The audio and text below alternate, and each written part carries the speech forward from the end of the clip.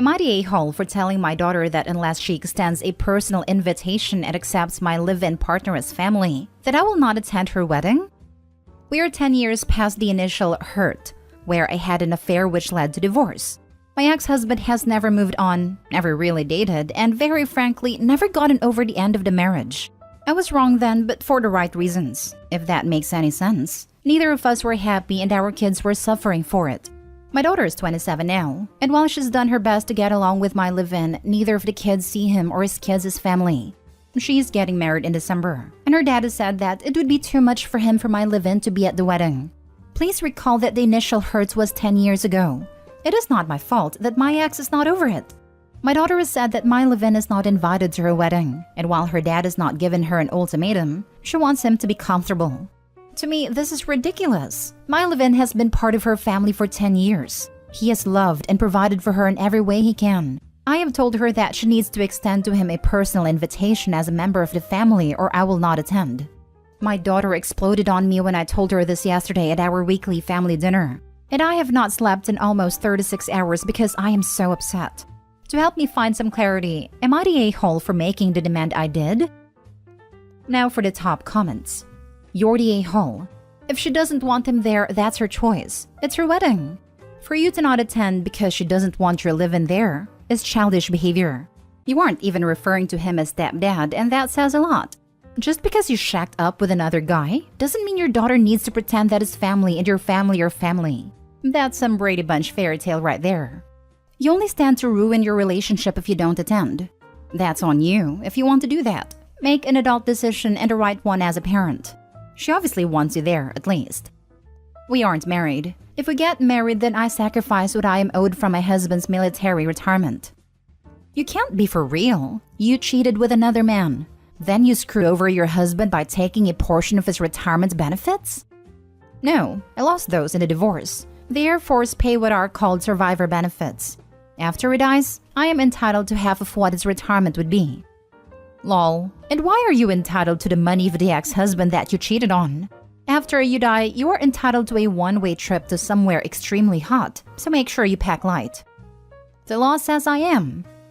If this is the hill you want to die on, you can miss your daughter's wedding. She'll know what you prioritize. Time doesn't absolve you of guilt. You cheated and shattered your family. That's never gonna change. She won't pick you over her father. You gave her an ultimatum. He didn't. You're the a-hole. Edit from one of Opie's comment, she and the live-in are not married because she doesn't want to lose access to the retirement benefits owed to the man she cheated on. Opie, you are a vile and entitled goblin. Gotta bleed a victim for everything is worth. So nasty. Opie's a piece of work. You're the a-hole. I've read your comments. You seem to be self-righteous, entitled, and self-centered. You had no right to make that demand. That is your daughter's wedding, not yours. It is up to her and her fiancé to determine the guest list. She does not need to invite your live-in, whatever he is. Back in the day, live-in meant housekeeper. For that matter, she doesn't need to invite you. For people my age, live-in is a term of respect for a non-married partner. Maybe in your area, but where I'm from, it's a fair partner. And I have a child your daughter's age, so it's not about age and respect. It's about you not accepting and living up to the damage you caused. And now you think your ex, who you are still using, should be perfectly fine seeing you and your affair partner at his daughter's wedding? Seriously? You haven't even let your ex off the hook by getting married. Of course he can't get over it. You still have claws in him. You act very entitled. Time does not erase your actions. And until you completely let go of your ex, no time has passed for him. Your affair partner does not deserve any respect in this situation. Neither do you. You're the a-hole. Next story. Am I the a-hole for chucking my sister and her now fiancé out of my wedding reception? Me, 25 female, and my husband, 27 male, got married 3 years ago. A little backstory. I'm the youngest of 3. My older sister married 27 female and older brother 30 male. 3 years ago, in 2019, me and my husband got married. We got married in our local church and booked a luxury reception for after. We were both super excited about it as it was often fully booked and we got one of the last slots available. It all started at one of our family dinners. Mary's boyfriend John pulled me aside and asked if he could propose to Mary at my wedding reception. From the off, I knew I didn't want anyone to take the spotlight from me and my husband, so I denied his request. John was disappointed but understood and didn't bring it up again. I, later that day, spoke to my husband and he agreed with me on not wanting him to propose. Skip to a week before the big day. I went to Mary's house to talk to her about the wedding prep. Looking back, John seemed very interested in our conversation. We got onto the topic of the fancy reception that I had booked. John kept asking questions all about it. He requested to look around it before the big day, so I gave him the address and didn't think anything more of it. He went the next day and after texted me, which he never does. It's perfect for the big moments. This struck me as odd, but I brushed it off and assumed he meant the speeches, first dance, etc. I had more important things to worry about, so I didn't think twice about it. Finally, the big day came. The ceremony was perfect and everyone was buzzing for the beautiful evening to come. We arrived at the reception and it was decked out. Fairy lights lined the roof and big curtains draped over the windows. The atmosphere was exactly what I had hoped for. We got straight to the traditional speeches, cake cutting, first dance. The night was going amazingly. Me and my husband then snuck out for a golden hour photo shoot on the gorgeous balcony. When we got back to the main party, I noticed a commotion. People gathered around the dance floor as Mary and John were dancing. Then the music cut out, and John reached into his pocket, took out a small box and got down on one knee. I burst through the crowd, grabbed the ring box and marched to the door, followed by my husband, John and Mary. I stood at the door and announced to John, "You asked me if you could do this," and I said no. No one ruins our day, as I grabbed my husband's waist and pulled him close. I opened the door and said, "If you can't follow one simple request, then you can't stay here. Leave." I held out the box as he grabbed and stormed out. Mary followed behind. My mother called me an a-hole for kicking them out over something so small, whereas my older brother totally understood why I did it along with my husband. So am I the a-hole? Not the a-hole. A wedding is for the bride and groom, not someone staged to propose. It's highly inappropriate and immature. I'm glad you and your husband stood your ground. I'm glad your brother has your back. I've seen it tastefully done once, and the bride was in it from the beginning. During the bouquet toss, the bride turned around and gave hers to her sister as the significant other knelt behind her. It's ridiculous that the mom can't conceive why OP's upset. See, if it's something the bride and groom are okay with, then that's something completely different and can be added memory to their special day. But yeah, the fact the mother can't see how it's a prick move is weird. Not the a-hole. It was your day and your sister's fiancé was disrespectfully ignoring the fact that you didn't consent to his proposal on your day. I know hindsight's 20/20, but you should have warned your sister about his planned proposal and shadiness about your venue so he doesn't try to pull a stunt. Just curious, was your sister mortified by her boyfriend's actions, as I would be, or was she mad at you for ruining her engagement experience? She's angry at me for ruining her day, even though it was literally my wedding. But I announced my pregnancy at her wedding for payback. I like your pettiness. You know, we need the store now. Keep your eyes out. That story will be up in a few days. Next story. Am I the a-hole for refusing to babysit my niece and leaving her with a stranger instead?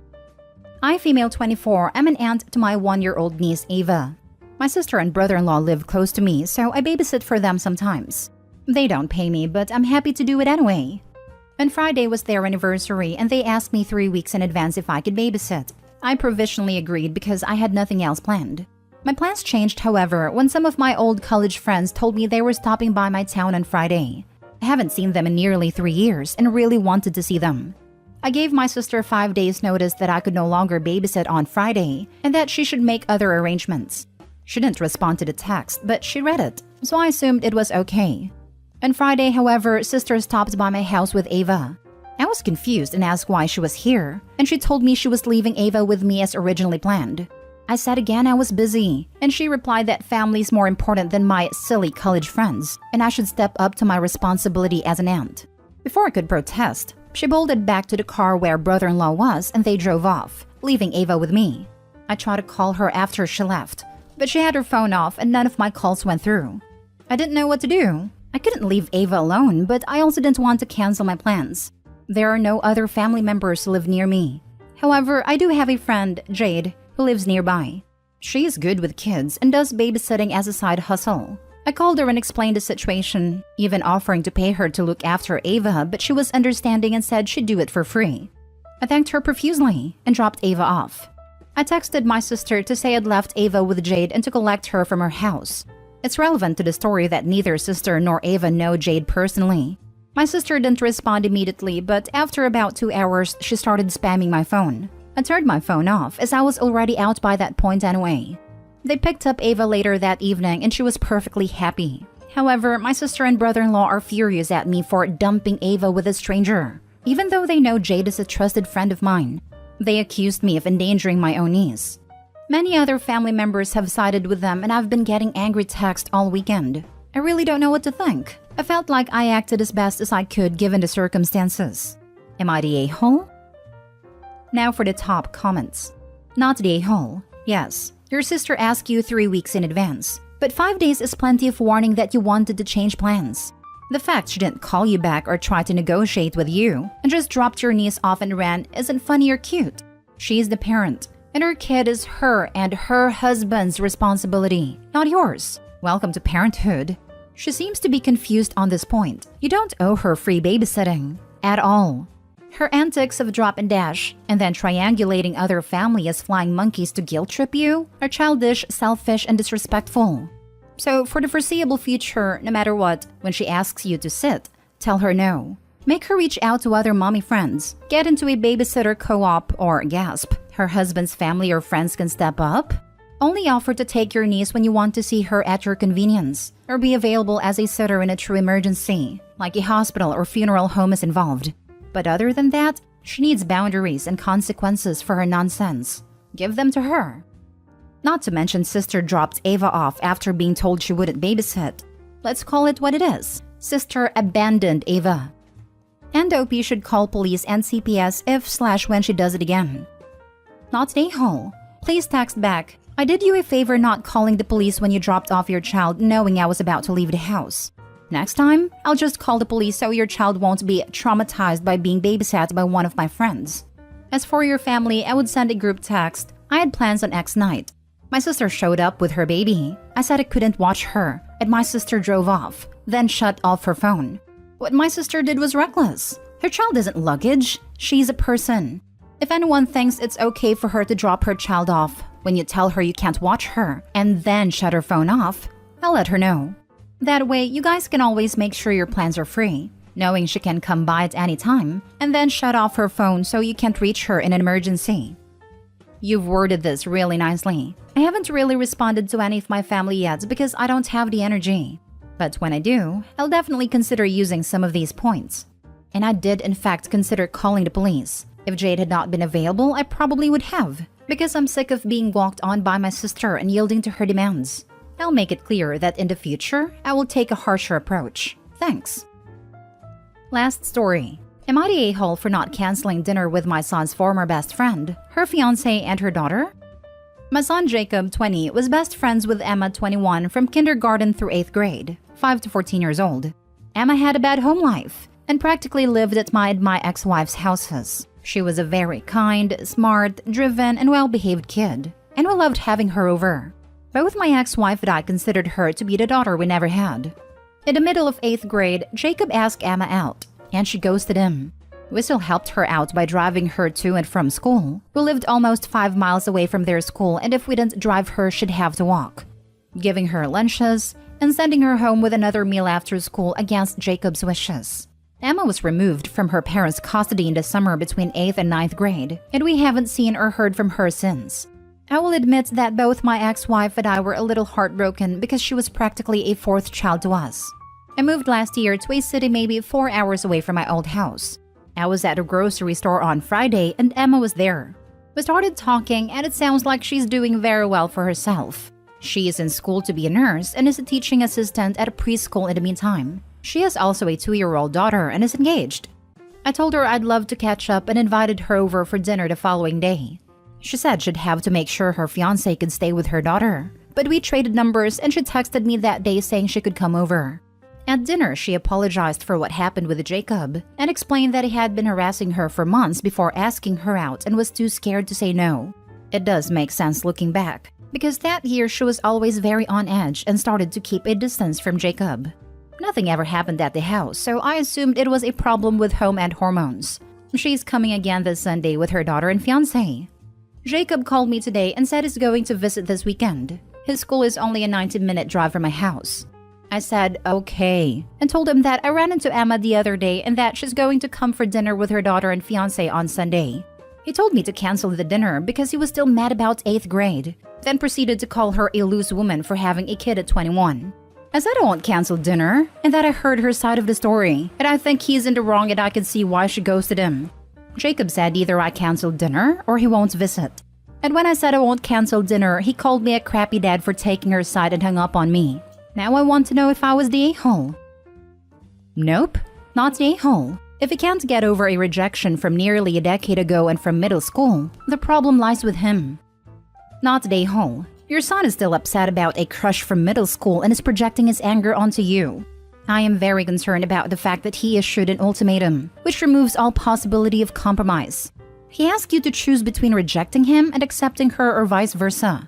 Ultimatums like this leave no room for compromise and suggests he may need some emotional growth, and he may need assistance. I'm going to ask his mom to try to talk some sense into him. I mean, you probably don't even need to ask her. Just tell her the details of the conversation as a whole. And I'm betting since you were both fond of Emma, she will see his behavior's messed up and will address it. I'm glad you're not permitting this stuff. If you'd known about it when he was younger, then that might be the only scenario where you'd be the a-hole. But you're doing a good job at handling it in this case, I think. Not the a-hole.